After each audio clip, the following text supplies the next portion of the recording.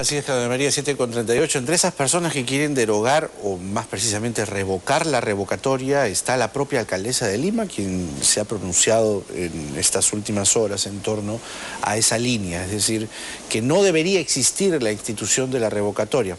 Paradójicamente fue la izquierda la que, desde el Congreso de la República, impulsó y empujó a que esta figura sea incluida en la legislación peruana.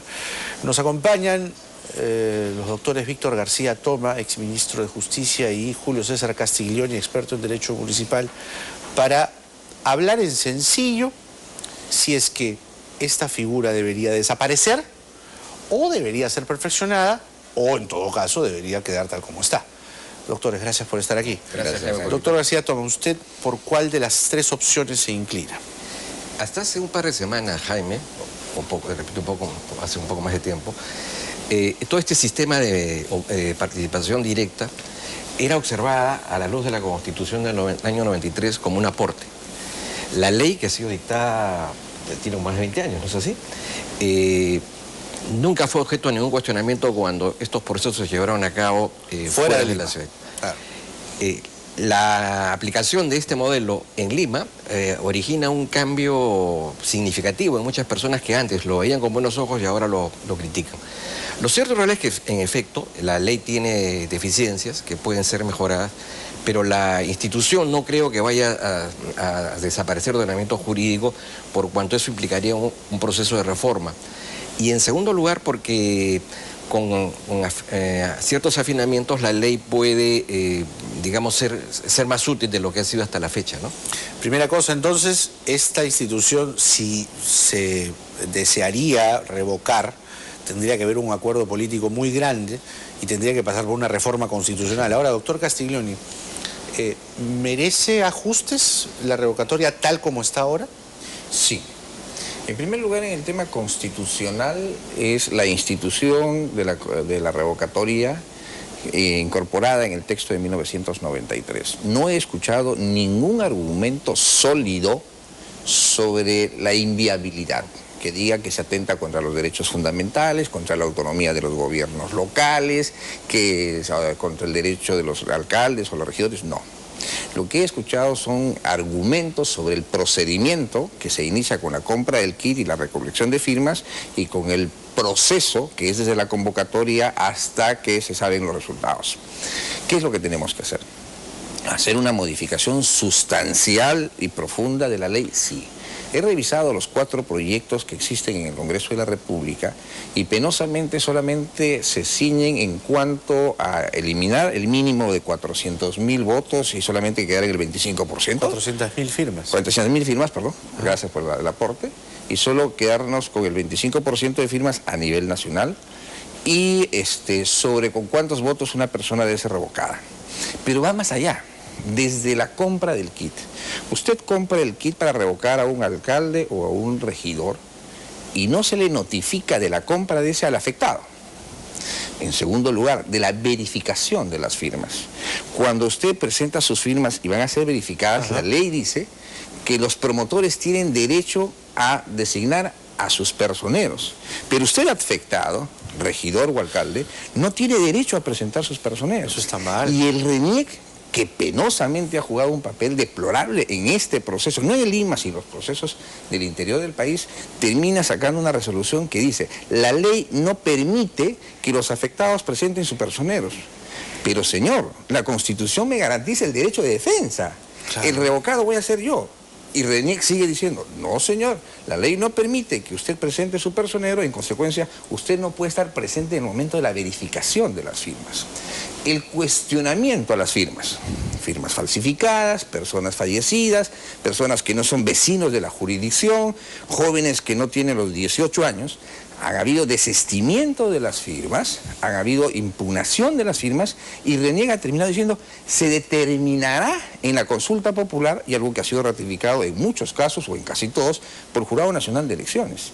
Si hay un procedimiento de verificación de firmas y el afectado impugna a esas firmas, en consecuencia RENIEC tiene que emitir una resolución, y esa resolución puede ser materia de grado al Jurado Nacional de Elecciones. Es decir, hay un cúmulo de modificaciones que hay que hacer para fortalecer la institución de la revocatoria. Porque, doctor García Toma, la figura de la revocatoria, tal como está planteada en su origen, le da al pueblo, le da al ciudadano la facultad de decir: yo te pongo y yo te saco.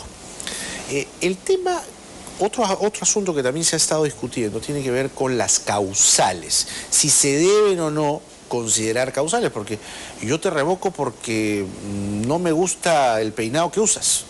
Tampoco se trata de eso, creo yo, pero ¿hay impedimentos para insertar causales en la revocatoria?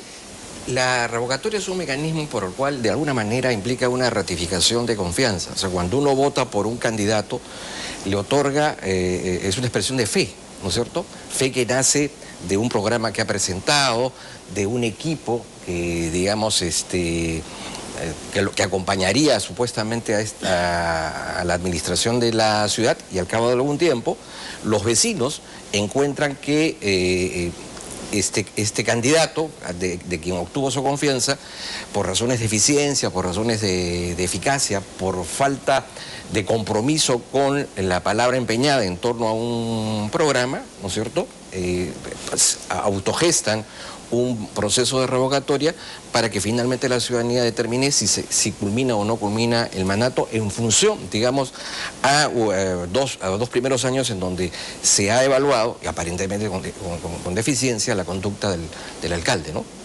Ahora, doctor Castiglioni, hay un asunto aquí que tiene que ver con lo que está pasando en Lima. Se entiende que hay que respetar la voluntad popular, ¿no?, en un proceso de revocatoria. Partiendo de esa premisa, que incluso ha sido aireada por los hoy revocados, paradójicamente, se dice que probablemente la alcaldesa estaría evaluando recontratar como funcionarios municipales a los regidores, varios de ellos muy cercanos a la señora Villarán, como funcionarios municipales.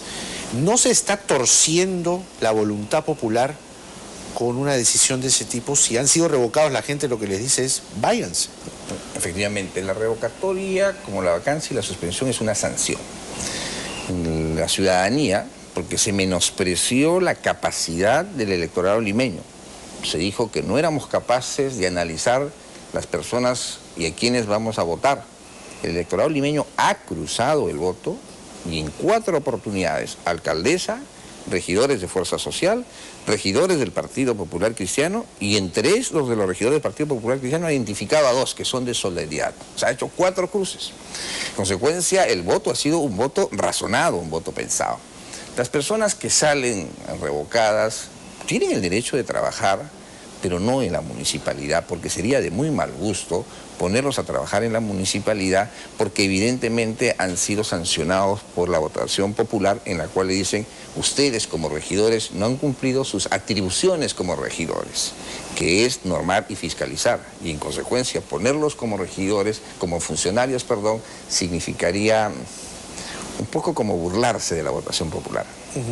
En resumidas cuentas, doctor García Toma, ¿cómo hacemos para que esto no parezca un quita y pon de autoridades? Es decir, más se ha visto en regiones que en Lima, ¿no?, que el perdedor revoca al ganador, y así están en una alternancia que no hace bien a la institución, ya sea el gobierno regional, el gobierno municipal, ¿no? ¿Cómo levantamos la valla? La revocatoria es una medida excepcional, ¿no es cierto?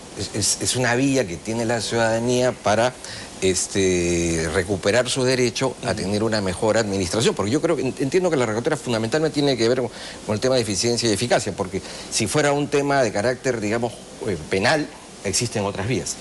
Entonces, se cimenta fundamentalmente en la idoneidad en la administración municipal y en el compromiso que tenía el candidato con sus electores. Pero Jaime, yo creo que estamos observando el problema con un solo ojo. O sea, el tema es más grande, es un problema de reforma del sistema político. Por ejemplo, un tema que surge con el tema de la revocatoria es el tema del voto facultativo.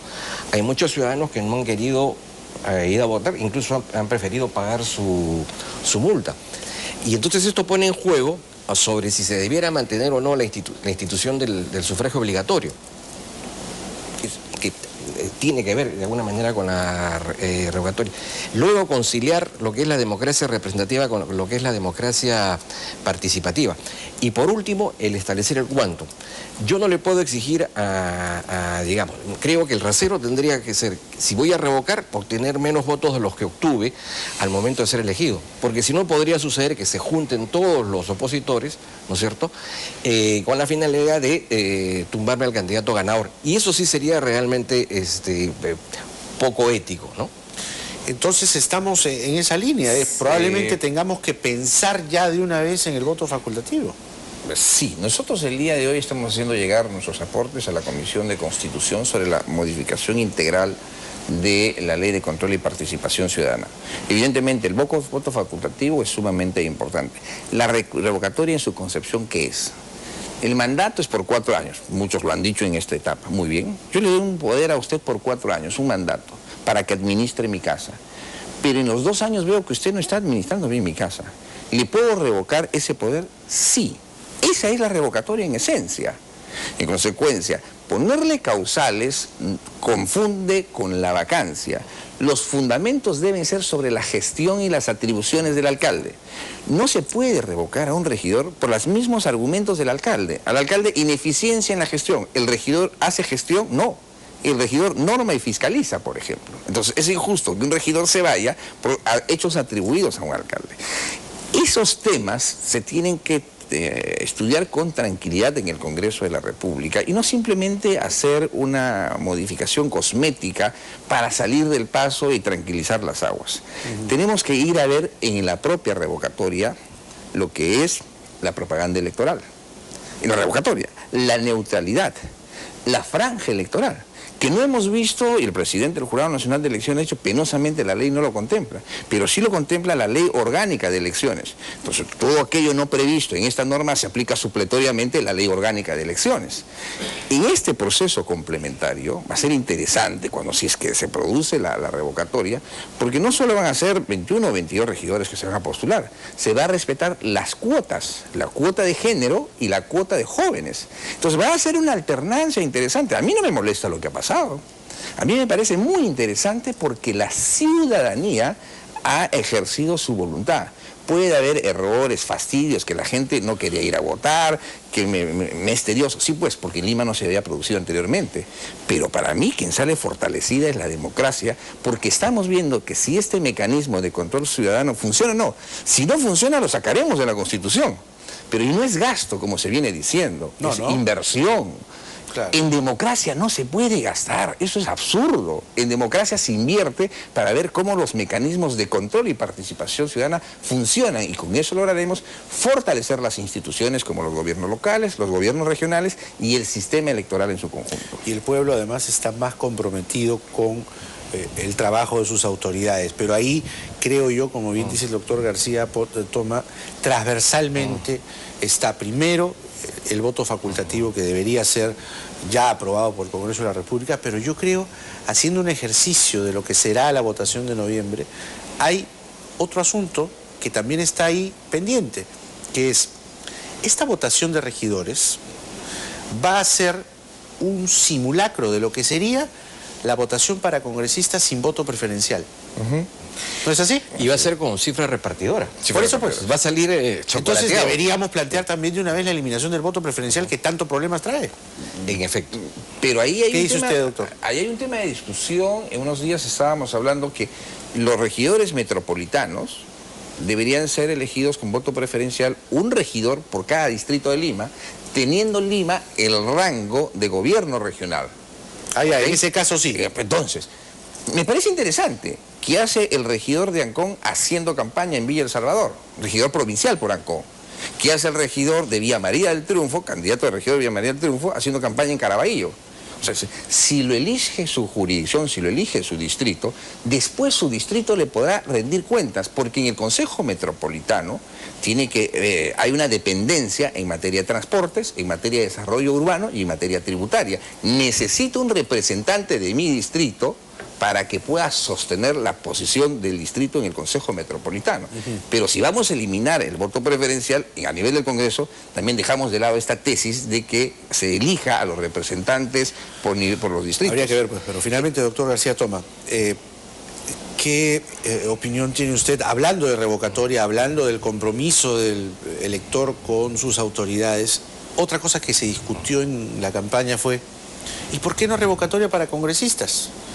¿Y por qué no el presidente Humala cumple su ofrecimiento de campaña y también incluye la figura de revocatoria el presidente de la República? ¿Es conveniente una figura de ese tipo? Yo diría que es inconveniente porque el Perú viviría permanentemente en una situación de periodo electoral, con lo cual de alguna manera se afecta la gobernabilidad. Lo que sí creo, y aquí hay un error de los parlamentarios, es en acentuar, digamos, algunas modificaciones, como bien ha señalado Julio César, cosméticas en torno a esta ley, cuando debiéramos ver el fondo, que pasa por el tema, como le hemos conversado antes, el sufragio facultativo, desaparecer el voto preferencial, llevar a cabo una nueva demarcación electoral. Incluso, por ejemplo, hay cosas absurdas. En el Callao existe gobierno regional y municipalidad provincial. El alcalde de Lima también es presidente de región. Y eso no funciona, ¿no? Entonces, incluso tener 44 distritos, 43, en Lima es un absurdo. Es decir, deberíamos ir a la concentración, digamos, de zonas geopolíticas, ¿no es cierto? 4 grandes distritos, ¿no? Por ejemplo, ¿cuáles son las diferencias entre San Miguel, Malén y Jesús María? Sí, pues. Ese es otro tema distinto sobre la imprecisión de límites y la incorporación de los distritos en unos y otros. Comparto con el doctor García Toma en que hay que ir a un estudio serio de la legislación electoral. Tenemos aproximadamente 10 leyes, desde la ley orgánica de elecciones hasta las elecciones de las autoridades de centros poblados menores. Tenemos que ir a discutir el código electoral, ¿no? Pero el presidente del Jurado Nacional de Elecciones ha dicho que están preparando un proyecto consensuado entre René Guillompe y lo van a presentar. Ese hay que discutirlo. Claro, porque tenemos que, en un corpus legis, como en México, hay el código electoral, está una disposición general y de ahí proceso por proceso. No hay código electoral. No hay código electoral. Tendríamos una disposición, un libro como el Código Civil. Sí, claro. Un libro, el primer libro, todo disposiciones generales, de ahí proceso por proceso. Y entonces nos evitaríamos todos estos vacíos que hay en la legislación nacional. Brevemente. Simplemente, Jaime, para decir que yo creo que deberíamos apuntar a algo más profundo, que es la reforma del sistema político, que para eso se requiere un acuerdo de los actores políticos. Es decir, ¿quiénes?